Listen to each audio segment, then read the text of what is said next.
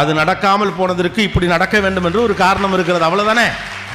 அது நடக்காமல் போவதென்றால் எல்லா இழப்பும் ஏதோ ஒரு விதையை தூவி விட்டு போகிறது. லைஃப்ல உங்களுக்குலாம் ஏன்டா கடவுளை இவ்வளவு கஷ்டம் கொடுக்குறேன்னு சொல்றப்பலாம் இந்த வார்த்தை ஞாபகம் வச்சுங்க. கடவுள் எல்லார்கிட்டையும் கஷ்டத்தை கொடுக்க மாட்டான். யாருக்கு வாய்ப்பை கொடுக்க போறானோ அவனுக்கு தான் கஷ்டத்தை கொடுப்பான்.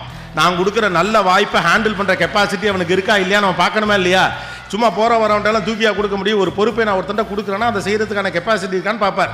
ஒரு நல்ல பணக்கார தந்தை, வெறும் பணக்கார தந்தை சொல்ல, நல்ல பணக்கார தந்தை தன்னுடைய 3 பிள்ளை இருக்காங்க அப்படின்னா 3 பிள்ளை நான் பெத்த பிள்ளைங்கிறதுக்காண்டி தூக்கி ஒருத்தண்ட டபக்கெல்லாம் பதவி கொடுக்க மாட்டார்.